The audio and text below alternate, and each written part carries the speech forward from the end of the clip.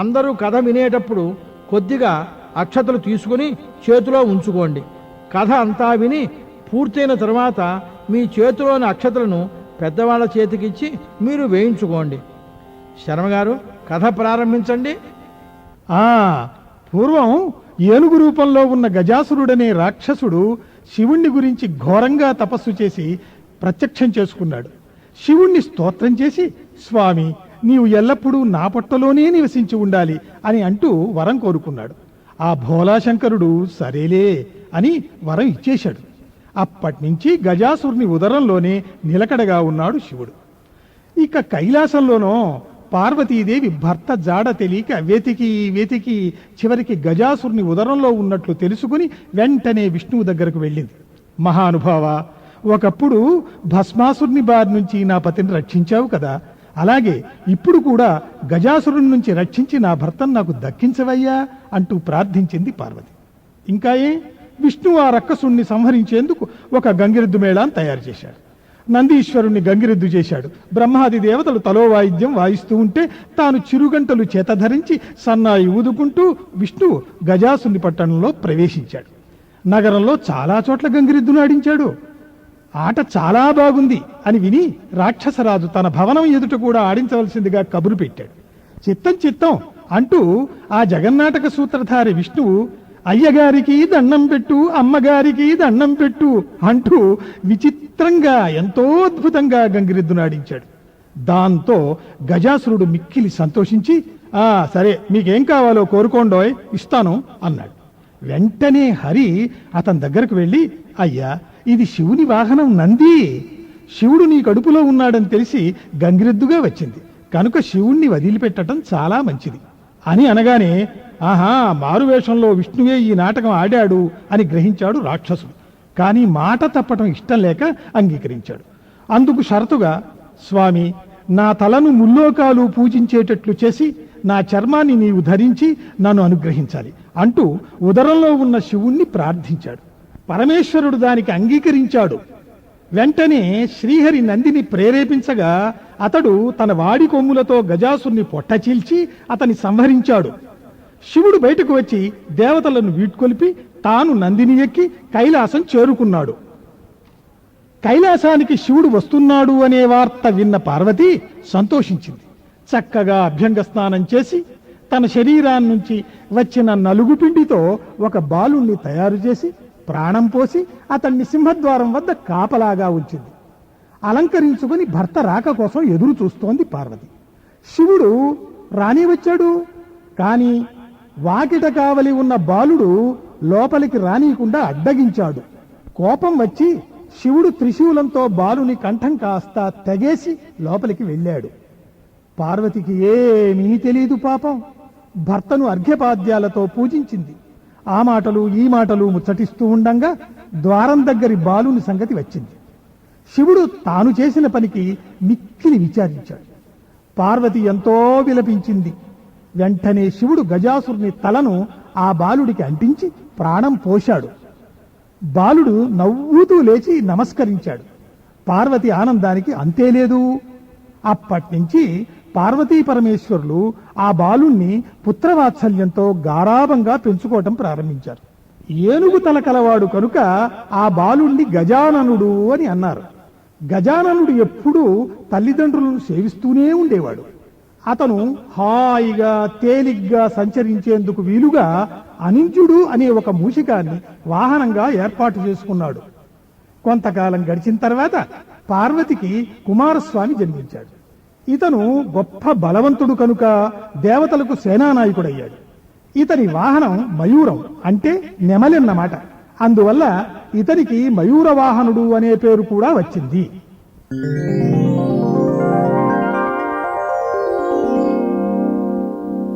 ఒకప్పుడు దేవతలు మునులు విఘ్నాలకు ఒక అధిపతిని నియమించవలసిందిగా శివుణ్ణి ప్రార్థించారు. శివుడు సరే అని ఆలోచనలో పడ్డాడు. అందుకు గజాననుడు సమర్థుడు కాడని, తానే అర్హుడనని, కనుక విఘ్నాధిపత్యం తనకు ఇవ్వవలసిందిగా కుమారస్వామి శివుని ప్రార్థించాడు. అయితే దానికి శివుడు ఒక పరీక్ష పెట్టాడు. ఏమిటంటే, వారిద్దరిలో ఎవరైతే ముల్లోకాల్లోని పుణ్యనదుల్లో స్నానం చేసి ముందుగా తన దగ్గరకు వస్తారో వానికే ఈ విఘ్నాధిపత్యం ఇస్తాను అని అన్నాడు. సరే, అన్నగారు తమ్ముడు ఇద్దరూ బయలుదేరారు. కుమారస్వామి నెమల్నెక్కి వేగంగా వెళ్ళిపోయాడు. కానీ గజాననుడు మాత్రం దిగాలపడి విచారంతో శివుని దగ్గరకు వెళ్ళి, తండ్రి, నేను మరుగుజ్జువాణ్ణి, అసమర్థుణ్ణి, నా ఎలుకకు కూడా అంత శక్తి లేదు, కనుక కనికరించి మంచి ఉపాయం చెప్పి పరీక్షలో నాకు విజయం కలిగించండి అని ప్రాధేయపడ్డాడు. అప్పుడు జాలిపడి శివుడు ఒక ధర్మ సూక్ష్మం చెప్పాడు. ఏమిటంటే, సకృన్నారాయణేత్యుక్త్వా పుమాన్ కల్పశతత్రయం గంగాది సర్వతీర్థేషు స్నాతో భవతి పుత్రగా.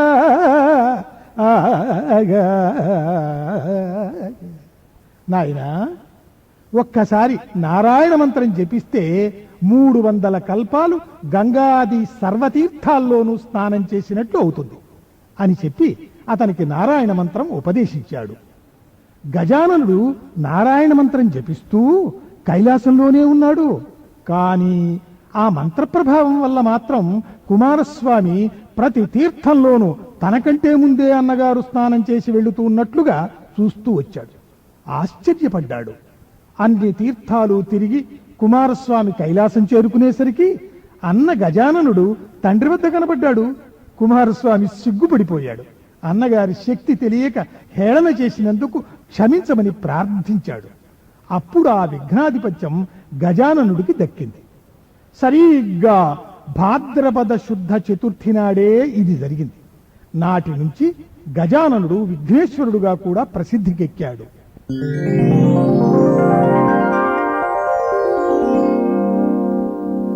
ఒకప్పుడు దేవతలు, మునులు మొదలైన వాళ్ళు విఘ్నేశ్వరుని పూజించి అతనికి కుడుములు, రకరకాల పిండి వంటలు, పాలు, పానకం మొదలైనవన్నీ కూడా సమర్పించారు.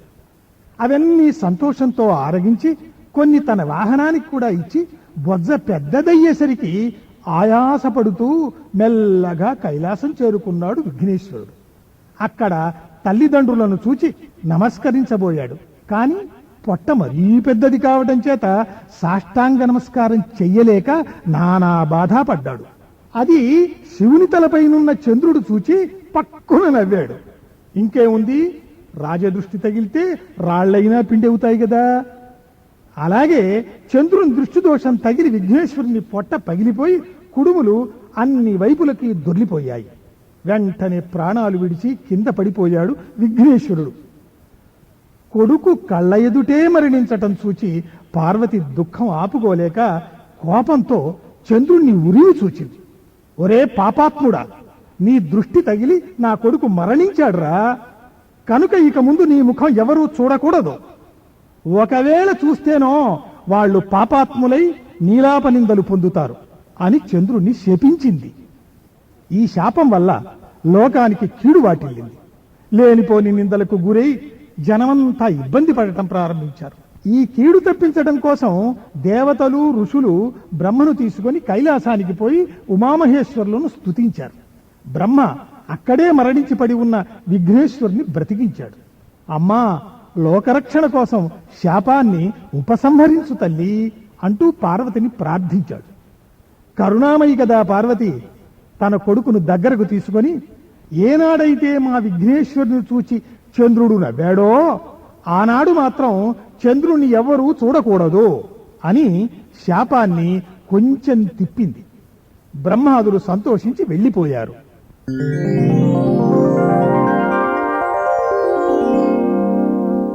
చాలా కాలం ఇలాగే గడిచిపోయింది. మరికొంతకాలం తర్వాత ఒక భాద్రపద శుద్ధ చతుర్థి నాడు నారదుడు శ్రీకృష్ణుని సందర్శించాడు. పిచ్చాపాటి మాట్లాడుతూ చప్పున గుర్తొచ్చి, ప్రభూ, సాయంకాలం కాబోతోంది, ఇప్పుడు ఈరోజు వినాయక చవితి కూడాను, కనుక చంద్రుణ్ణి చూడకూడదు కదా, సెలవియ్యండి, వెళ్ళొస్తాను అంటూ పార్వతీ శాప వృత్తాంతమంతా చెప్పి తన దారిని తాను వెళ్ళిపోయాడు. ఆ రాత్రి ఎవ్వరూ చంద్రుణ్ణి చూడటానికి వీలు లేదు అంటూ శ్రీకృష్ణుడు ద్వారకా నగరం అంతా చాటింపు వేయించి తాను కూడా జాగ్రత్తగానే ఉన్నాడు. అయితే కృష్ణుడు క్షీరప్రియుడు గదా, అందుచేత పాల కోసం గోశాలకు వెళ్లి పాలు పితకనారంభించాడు. తీరా గిన్నె పాలతో నిండిన తర్వాత గిన్నెలోకి తొంగి చూచేసరికి ఆ పాలల్లో చంద్రుని ప్రతిబింబం కనబడింది. శాపం గుర్తొచ్చింది. అయ్యో, ఏం నీలాపనిందలొస్తాయో అని భయపడ్డాడు కృష్ణుడు.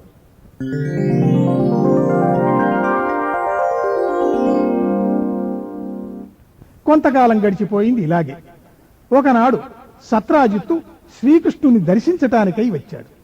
అతడు సామాన్యుడు కాడు, సూర్యోపాసకుడు. సూర్యుణ్ణి మెప్పించి శమంతకమనే మణిని సాధించినవాడు. ఈ మణి దినదినానికి 8 బారువుల బంగారాన్ని ఇస్తూ ఉంటుంది. సత్రాజిత్తుకు అదే గర్వం మరి. శ్రీకృష్ణుడు సత్రాజిత్తును ఉచితాసనాదులతో గౌరవించి మాటల సందర్భంలో శమంతకమణిని తనకు ఇమ్మని అర్థించాడు. అంత విలువైన మణిని ఇవ్వటానికి నేను వెర్రివాణ్ణి అనుకున్నావా అంటూ కృష్ణుని అభ్యర్థన తోసిపుచ్చాడు సత్రాజిత్తు. మరికొంతకాలం జరిగిన తర్వాత సత్రాజిత్తు తమ్ముడు ప్రసేనుడనేవాడు శమంతకమణిని మెడలో ధరించి వేటాడటానికి అడవికి వెళ్ళాడు. ఆ ఎర్రని మణి మాంసం అనుకుంది కాబోలు ఒక సింహం ప్రసేనుణ్ణి చంపి ఆ మణిని ఎత్తుకుపోతూ ఉంటే దాన్ని చంపి ఒక ఎలుగు వంటి ఆ మణిని తీసుకెళ్లి ఒక కొండ గుహలో ఉయ్యాల ఊగుతున్న తన కుమార్తెకిచ్చింది. ఆ ఎలుగుబంటి ఎవరో కాదు, జాంబవంతుడు. అతని కూతురు పేరు జాంబవతి. తన తమ్ముడు మరణించటానికి కారణం శ్రీకృష్ణుడే అని సత్రాజిత్తు ప్రచారం చేయడం ప్రారంభించాడు. శమంతకమణి కోసం ఈ ఘోరహత్య చేశాడు అని కృష్ణుని మీద నింద మోపాడు. ఈ లేనిపోని నింద రావటానికి వినాయక చవితి నాడు సాయంకాలం పాలగిన్నెలో చంద్రుణ్ణి చూడటమే కారణం అని శ్రీకృష్ణునికి గుర్తొచ్చింది. ఈ నింద తొలగించుకోవటానికై తానే ప్రసేనుణ్ణి వెదికి పట్టుకురావటానికి బయలుదేరాడు శ్రీకృష్ణుడు.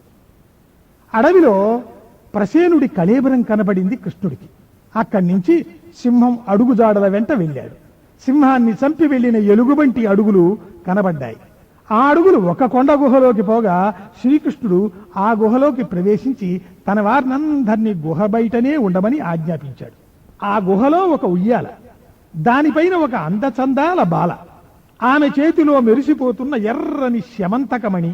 ఇదంతా ఒక్క క్షణంలో చూచి గ్రహించిన శ్రీకృష్ణుడు ఆ మణిని పట్టుకోబోయాడు. అంతే, ఆ బాల పెద్ద పెట్టున గోల పెట్టింది. ఆ గోల వింటూనే ఆ పిల్ల తండ్రి జాంబవంతుడు అనే ఎలుగుబంటి భయంకరంగా గద తిప్పుతూ కృష్ణుని మీదకు విరుచుకుపడ్డాడు. ఈ విధంగా శ్రీకృష్ణ జాంబవంతులకు 28 రోజులు ఘోరంగా యుద్ధం జరిగింది. క్రమంగా జాంబవంతుని బలం సన్నగిల్లిపోవటం ప్రారంభించింది. అప్పుడు అతనికి ఓ సంగతి గుర్తొచ్చింది. ఏమిటంటే, త్రేతాయుగంలో రామునితో ద్వంద్వ యుద్ధం చెయ్యాలనే కోరికను జాంబవంతుడు వ్యక్తపరిచాడట. ఆ కోరికను మరో యుగంలో తీరుస్తానులేవయ్యా అని రాముడు అతనికి వరమిచ్చాడట. ఇదంతా జాంబవంతుని బుర్రలో గిర్రున తిరిగింది. ఒక్కసారిగా శ్రీకృష్ణుని పాదాలపై మోకరిల్లి, మహాప్రభో శ్రీరామచంద్ర, నా కోరిక తీర్చటానికి ఇలా అవతరించావా స్వామి? ఇది నా బుద్ధిహీనత వల్ల జరిగిన పని, క్షమించు తండ్రి అని కన్నీరు మున్నీరుగా దుఃఖించాడు. శ్రీకృష్ణుడు అతన్ని ఊరడించి అనుగ్రహించి తనపై వచ్చిన నీలాపనింద కథను వివరించి శమంతకమణి తనకు ఇవ్వవలసిందిగా కోరాడు. అందుకు ఆ జాంబవంతుడు ఎంతగానో ఆనందపడి ఆ మణితో పాటు కూతురు జాంబవతిని కూడా కృష్ణుడికి సమర్పించాడు. ఈ విధంగా మణిని కాంతామణిని స్వీకరించి సపరివారంగా శ్రీకృష్ణుడు తన నగరానికి వెళ్లి జరిగిన వృత్తాంతమంతా పూసగుచ్చినట్టుగా అందరి సమక్షంలో సత్రాజిత్తును కలిసి చెప్పి శమంతకాన్ని అతనికిచ్చి వేశాడు.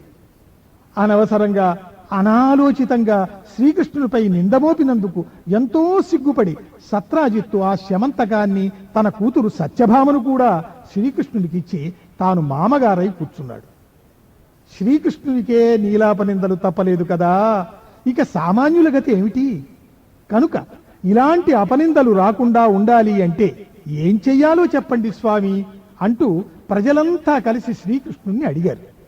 దానికి పరిహారం శ్రీకృష్ణుడు చెప్పాడు.